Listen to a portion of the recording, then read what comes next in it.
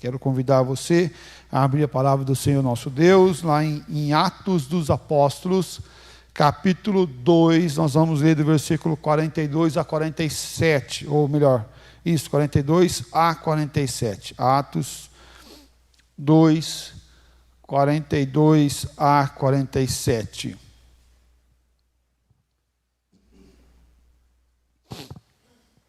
Eu vou ler os versículos pares, peço que a igreja leia os versículos ímpares.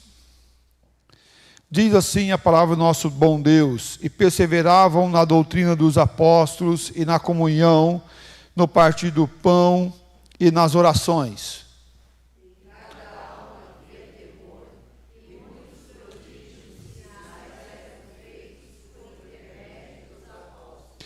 Todos os que creram estavam juntos e tinham tudo em comum. Vendiam as suas propriedades e bens, distribuindo o produto entre todos, à medida que alguém tinha necessidade.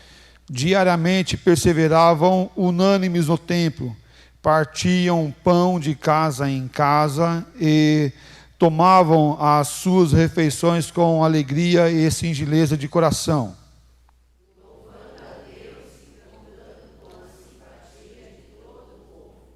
Enquanto isso, acrescentava-lhes o Senhor, dia a dia, aos que iam sendo salvos. Muito bem. Esse texto fala, todo o Atos fala da igreja primitiva, dos primórdios da igreja, do nascedouro da igreja que nós temos hoje, nessa composição de igreja que nós temos hoje. Fica muito claro algumas coisas aqui que está acontecendo na vida da igreja. Nós estamos aqui em Atos capítulo 2, se você olhar um pouquinho antes, aí você vai ver a descida do Pentecostes no versículo 5, você vai ver um pouquinho antes a ascensão de Jesus no capítulo 1, ali versículo 8, 9, 10, você vai ver ele conversando com os seus discípulos, falando aquele versículo de missões, qual nós lembramos e relembramos várias vezes, para eles ficarem ali até o Espírito Santo descer, porque eles vão ser testemunhas e vão pregar o Evangelho do Senhor Jesus Cristo com poder do Espírito Santo na sua vida. E aí essa crescente da obra do Senhor no coração dessa igreja é clara e evidenciada por nós hoje nos relatos de Atos. Cabe ressaltar aqui que Atos não termina. O livro de Atos não tem um fim, ele não se conclui. Porque ele é a história da igreja, e a igreja ainda está aqui militando e lutando a cada dia, a cada tempo. Então, o Atos vai terminar quando? Quando Jesus Cristo voltar para buscar a sua igreja, aí sim, fecha-se o livro de Atos. Todo esse processo de história da igreja está acontecendo ainda. O autor desse livro é Lucas, e aqui o Espírito Santo já está enviado, já havia se descido sobre a igreja, e houve um grande mover de Deus na vida daquela igreja. No dia de Pentecoste, teve uma salvação de 3.000 pessoas, como está lá no capítulo 2, versículo 41. Então os que lhe aceitaram a palavra foram batizados, havendo um acréscimo naquele dia de quase 3.000 pessoas. Vamos entender um pouquinho isso aqui. Antes a igreja, na ascensão de Jesus, no capítulo 1, vai ter em torno de 120 pessoas. 120 pessoas é o que Jesus deixou a igreja estabelecida com esse número de 120 pessoas. Após a descida do Espírito Santo, no próximo capítulo, a pregação no capítulo 2, 41, há uma conversão de quase 3.000 pessoas. Havendo esse acréscimo, naquele dia, de quase 3.000 pessoas. Um crescimento maravilhoso. Imagina só, de 120 para 3.000 pessoas, quase 3.000 pessoas sendo agregadas à igreja em apenas uma tarde.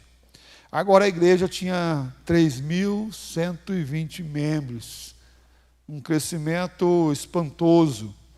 Quando Jesus estava indo aos céus, essa igreja tinha 120, hoje, naquele momento, 3.000 pessoas se convertem.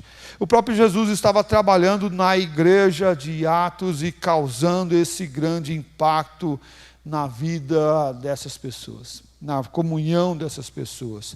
Havia um crescimento, um ensino, uma perseverança muito grande.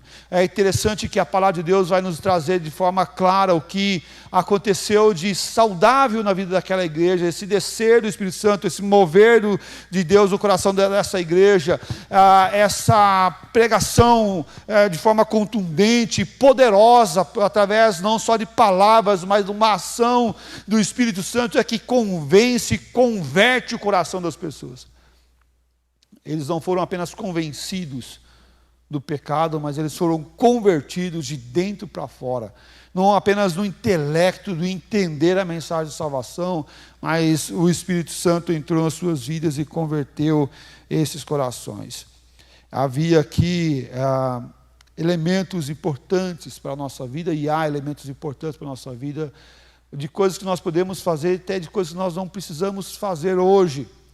Porque eles criam numa volta de Cristo imediata, eles estavam vendendo os seus bens e distribuindo os seus bens aos pobres, ou não aos pobres, aqueles da igreja que estavam tendo necessidade. Essa foi uma interpretação daquela época, naquele momento, que a igreja não precisava, as pessoas não precisavam dos seus recursos, mas esses deveriam vender e auxiliar para que todos pudessem esperar a volta de Cristo Jesus.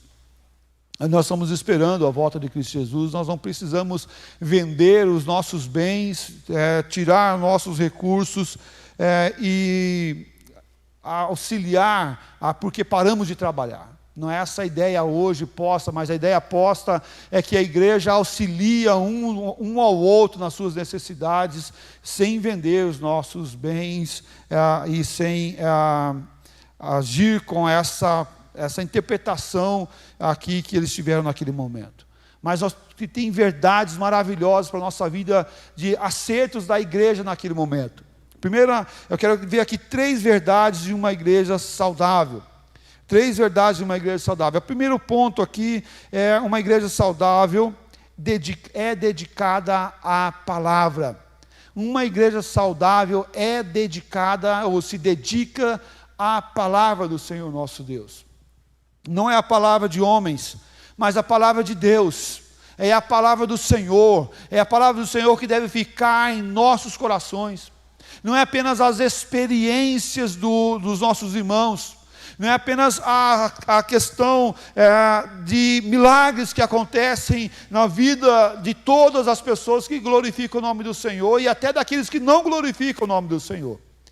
Da graça maravilhosa, salvadora e transformadora dos nossos corações, da benevolência do Senhor nosso Deus, mas como da graça comum do Senhor. Chove na roça do crente, mas também chove na roça do não crente. Deus cura os nossos irmãos que confessam o nome dEle, mas Deus também cura as pessoas que não confessam o nome dEle. Deus também cura. Prova disso, aqueles leprosos, os 10 leprosos, que Jesus curou, e que não voltaram para dar glórias ao Senhor nosso Deus, aqueles que não voltaram, esses receberam a cura. E apenas um voltou para dar glórias ao Senhor. Então Deus cura pessoas que vão dar glórias ao nome dEle e pessoas que também não dão glórias ao nome dEle. Mas o mais importante é perseverar na doutrina dos apóstolos, na comunhão, no partir do pão e nas orações. Diz o capítulo 2, versículo 42 de Atos. E perseveravam na doutrina dos apóstolos. Esses apóstolos, eles tinham bebido do próprio Senhor Jesus Cristo. A palavra perseverar é uma palavra grega aqui, é propaktero, apontar para constância, propósito ou determinação. Perseverar na doutrina dos apóstolos não é apenas ter um contato, mas é permanecer constantemente nessa doutrina. Permanecer constantemente naquilo que foi ensinado. Aponta para o fervor e a dedicação dos primeiros convertidos. A palavra de Deus não é aquela que deve nos dar sono, né? Uma vez a pessoa chegou para mim e falou assim: pastor, eu não consigo ler a Bíblia, porque quando eu estou lendo a Bíblia me dá sono, eu fico com sono, eu começo a dormir, né? É como se fosse um livro de sono, uma historinha de sono para nós dormirmos. Não é assim que deve ser a palavra de Deus para a nossa vida. Pelo contrário, a palavra de Deus deve ser chama, deve ser aquela que consome nosso coração e que arde o nosso coração para nós lermos e nos dedicarmos a essa palavra. Mas como eu faço isso? Faço isso com o treino, faço isso com a dedicação primária e não última da nossa vida. Primária, a primeiro. Acordou, né? Dá aquela despertada e faça a tua leitura, a tua devocional. Ou se não tem tempo de manhã, mas faça em outro horário que não está na hora de dormir, na hora de descansar. Deixa por último, é o resto, é o que sobra. Meus amados, a Bíblia não é um livro para ser carregado apenas para a igreja. E muitas vezes, porque nós temos as mídias funcionando, nem para a igreja muitos a conduzem. Por quê? Porque vai projetar no telão mesmo. Não é assim. Não é assim que deve ser a palavra do Senhor nosso Deus para a minha vida e para a sua vida. Uma igreja saudável não é apenas aquela que aumenta e cresce e que mostra o número de pessoas crescendo. Mas uma igreja saudável é aquela que se dedica e se dobra na palavra do Senhor nosso Deus. Foi assim a primazia da reforma protestante. Somente a palavra, somente a palavra. Somente Cristo, somente a Deus dar glória, somente a graça. Mas a palavra de Deus deve estar centralizada em nossa vida e coração. É a palavra de Deus que deve permanecer, e não a palavra de homens. A primeira marca da igreja que Lucas fala é do ensino, é da doutrina, é da didaquê, é do aprendizado, é daquela que se dedica para aprender a palavra. E não apenas para ouvir louvores, não apenas para ouvir cânticos, não apenas para ter um lugar de comunhão, mas é o lugar da palavra, da pregação da palavra. O novo convertido necessita de instruções acerca de Jesus. Mas aquele que já está há tempo na igreja precisa reaver os princípios da palavra na sua vida, constantemente. Não apenas para aqueles que são novos, mas para aqueles que já estão há tempos caminhando. Olhar a palavra do nosso Deus. A igreja primitiva aqui coloca os seus 12 apóstolos para ensinar a palavra do nosso Deus para essas pessoas que haviam se convertido. Um acréscimo de 3.000 pessoas. Os apóstolos devem ter feito como Jesus havia recentemente instruído a eles. Está lá em Lucas 24, 27. Começando por Moisés, discorrendo por todos os profetas, expunham-lhe o que a seu respeito constava em todas as Escrituras. Eles estavam ensinando agora o novo convertido. Havia feito o batizado, mas agora eles abriram a classe de catecúmenos, vamos assim dizer, para ensinar aqueles novos, aquelas pessoas que tinham chegado, aquelas pessoas que não tinham bebido de Jesus, e desde lá Moisés começavam a ensinar e pregar e mostrar as Escrituras para essas pessoas que haviam se convertido. A palavra de Deus não é feita para aguardar, para ser colocada numa gaveta e deixar lá naquela gaveta fechada, parada. palavra de Deus não é feita para apenas baixar no aplicativo do teu celular e deixar sem ler. Não, não é assim. A palavra de Deus foi feita para ser aprendida e ensinada.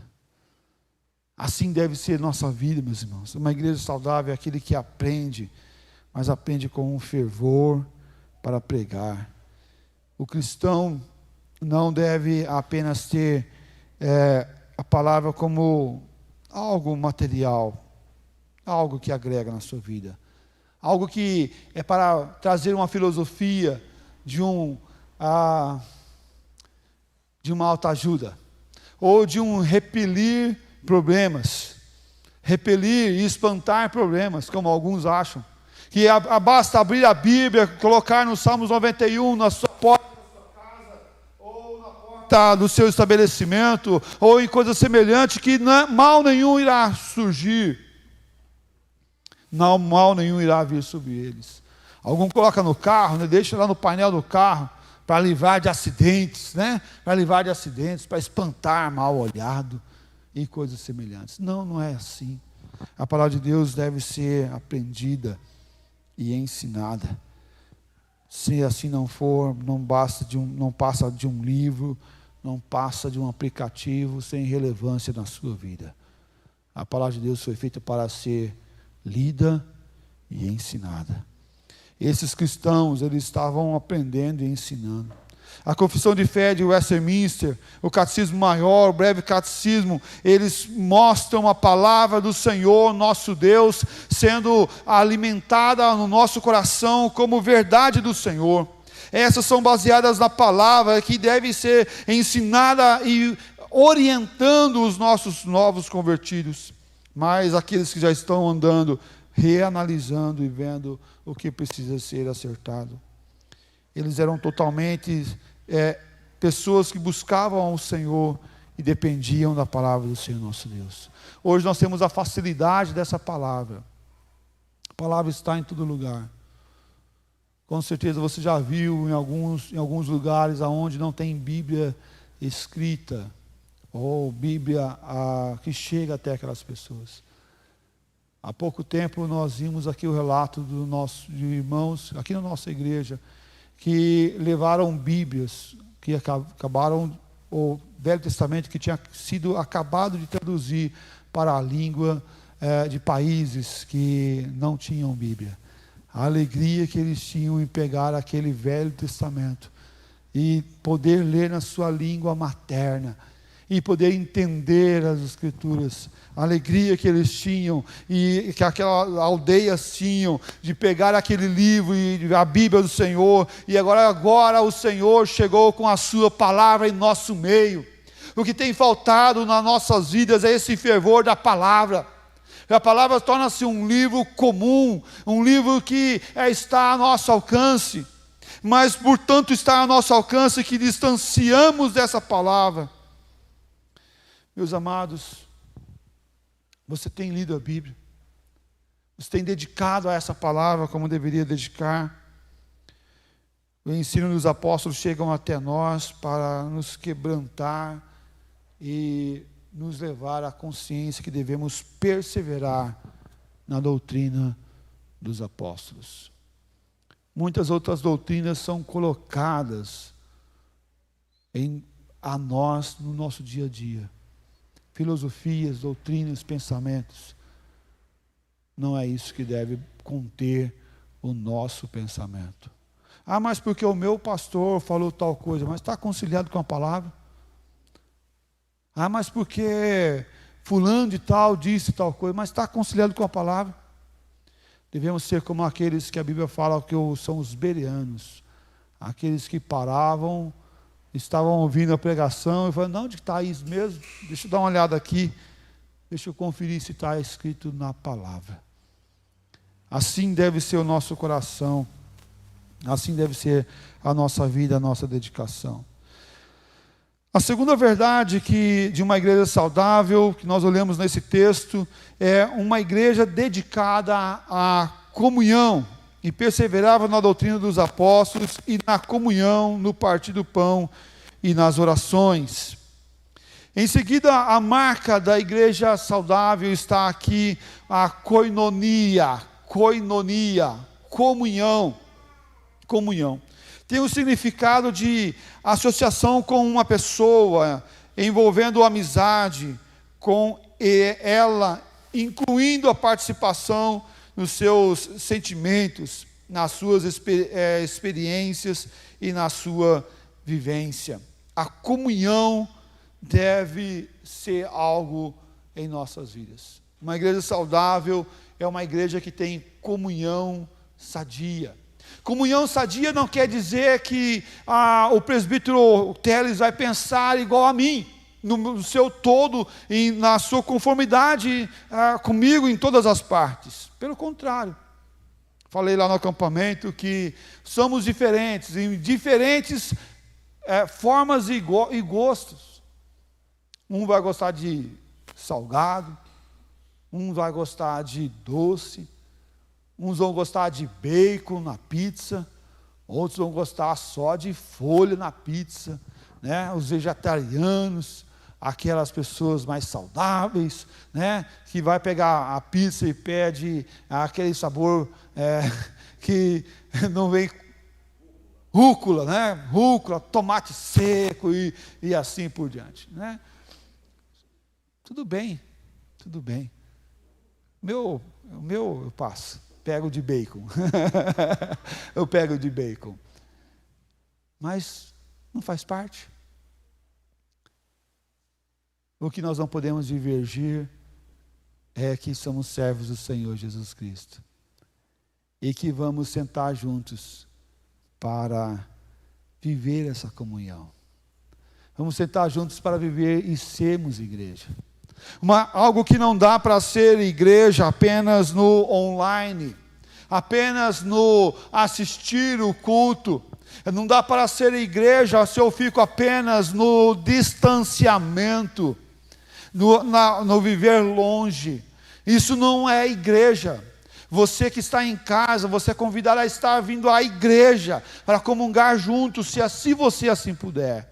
Se você não puder, amém, continue assistindo os cultos, mas procure uma igreja perto da sua casa, aonde você está, e glorifique o nome do Senhor aonde você está, em comunhão com os irmãos, porque a igreja é partilhar vida, é dar vida, e receber vida do outro, é comunhão, é koinonia, é se importar com o outro, é se aproximar do outro, é olhar no olho do outro e dizer: oh meu irmão, como é bom te ver aqui. Isso é ser igreja. Mas igreja está em todo lugar, como Deus está em todo lugar, eu sou o templo do Espírito Santo. É verdade, mas veja o que está lá em Hebreus capítulo 10, versículo 25. Não deixemos de congregar-nos, como é de costume de alguns.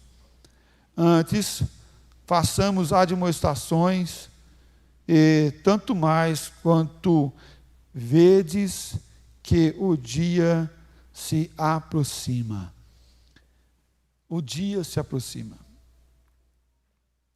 Está chegando. Mas ele fala: não deixe de congregar. Porque quando eu deixo de congregar, eu me afasto da comunhão com os irmãos. É notório que quando nós vemos alguém passar por problemas na sua vida espiritual, na sua vida física, na grande maioria das vezes as pessoas abandonam a igreja, se afastam da igreja, mas deveria ser ao contrário, deveria ser o momento que a pessoa mais se aproxima da igreja. Porque é na igreja que nós vivemos essa koinonia, esse fortalecimento um para com o outro. Aquele que está mais forte apoia o que está mais fraco. Aquele que está mais cansado recebe força do que tem mais vigor. E assim nós devemos caminhar para a glória do Senhor Jesus Cristo. Só tem a verdadeira comunhão quem faz parte do corpo. Só recebe alimento aqueles que fazem parte do corpo. O galho fora do seu da árvore não recebe alimento, não recebe seiva, não recebe vida. Por isso nós somos chamados a viver juntos e juntos sermos fortalecidos na graça e no amor do Senhor Jesus Cristo. O que são os não salvos não desfrutam de uma verdadeira comunhão até serem salvos pelo Senhor. Os não salvos, aqueles que não têm Jesus, esses não desfrutam de uma verdadeira comunhão até serem salvos por Jesus. Cristo nos liberta do pecado e nos habilita a vivermos em comunhão com Ele e com os irmãos. Só tem comunhão quem anda junto com o outro. Sem isso, nós não temos como viver uma comunhão sadia, glorificando o nome do Senhor Jesus Cristo. A terceira verdade posta aqui no texto de uma igreja saudável é uma igreja que adora a Deus. Uma igreja que adora a Deus. Veja só o que ele está falando. E perseverava na doutrina dos apóstolos, na comunhão, no partir do pão e nas orações. A comunhão era expressa também na adoração corporativa, a Santa Ceia, aqui posta, o partir do pão e nas orações, o alimento. O pão, o partir do pão não quer dizer apenas que eles comiam juntos. Refere-se à celebração da comunhão. A celebração da comunhão. Ele está falando dessa Santa Ceia, desse aspecto de celebrar a vitória do nosso Salvador. Celebrando ao Senhor Jesus Cristo. É uma celebração de vitória do nosso Salvador. É uma exaltação ao Senhor nosso Deus. Quando eles se reuniam, celebravam a ceia do Senhor, eles se reuniam diariamente para cantar louvores, para louvar e exaltar o nome do Senhor nosso Deus, como o próprio apóstolo Paulo escreveu lá em 1 Coríntios capítulo 11, versículo 26, porque todas as vezes que comerdes esse pão e beberdes o cálice, anunciei a morte do Senhor. Jesus usou a ceia para que pudéssemos nos lembrar que Ele morreu pelos nossos pecados, e nós somos salvos por causa de Cristo Jesus, que morreu naquela cruz para nos salvar e mudar toda a concepção da nossa vida. Mas essa celebração não é apenas um rito, não é apenas um memorial, mas é uma celebração ao nome do Senhor, é uma exaltação ao nome do Senhor. Assim deve ser a nossa vida, nas nossas orações, celebrando o nome do Senhor. Assim é a nossa contribuição, a nossa oferta, o nosso dízimo, celebrando o nome do Senhor e exaltando o nome do Senhor. Assim deve ser os nossos cânticos, ao vir à igreja, ao sair da igreja, exaltando o nome do Senhor. Mateus 11, 17, também os ensinava e dizia, não está escrito? A minha casa será chamada casa de oração para todas as nações. A minha casa será chamada casa de oração para todas as nações. Uma igreja saudável é aquela que ora e que louva o nome do Senhor em todo o tempo, que exalta o nome do Senhor em todas as circunstâncias. Não deixemos de congregar, não deixemos de louvar, não deixemos de viver junto com os nossos irmãos, adorando o nome daquele que vive e reina. Não deixemos de viver a doutrina e a palavra do Senhor a cada dia e a cada tempo. Não importa se está chovendo, se está frio, se está quente, importa que Jesus Cristo é o nosso Salvador, o Senhor da vida. E a nossa adoração deve ser dada a Ele, da forma que Ele quer ser adorado e exaltado. Vamos assim fazer, meus irmãos. Ser igreja nesse tempo difícil que nós estamos vivendo é celebrar o nome daquele que vive e reina. Não importa o cansaço, não importa o enfado, não importa a correria que nós estamos vivendo. A pandemia nos ensinou que é tempo de parar e adorar o nome do Senhor em todas as circunstâncias. Não importa a correria que nós vamos viver cada dia, cada semana, cada mês, mas importa o quanto Deus nos chama para perto, o quanto Deus quer falar em nosso coração e através de nós, porque Ele é o Senhor da vida, Ele é o grande eu sou, é o Deus que nos chama para perto. Vamos assim fazer, em nome do Senhor Jesus Cristo. Nossa equipe de louvor vai cantar mais um cântico. Esse cântico eu gostaria que você pensasse e orasse no teu coração. O que é ser essa igreja? Está sendo essa igreja que busca a palavra? Está sendo esse irmão, essa irmã que busca a comunhão com o Senhor, nosso Deus, independente do tempo, e com os irmãos? Ou fazemos aquele corporativismo, né, da comunhão? Comunhão é um negócio, ou você tem ou você não tem. Não é mais ou menos. Ou você tem ou você não tem. Você está adorando o nome do Senhor com a tua oração, com a celebração. Que você busque o Senhor, nosso Deus, de todo o teu coração, de toda a tua vida, para assim ser esse instrumento na mão dEle, para a glória dEle mesmo. Em nome de Jesus. Amém.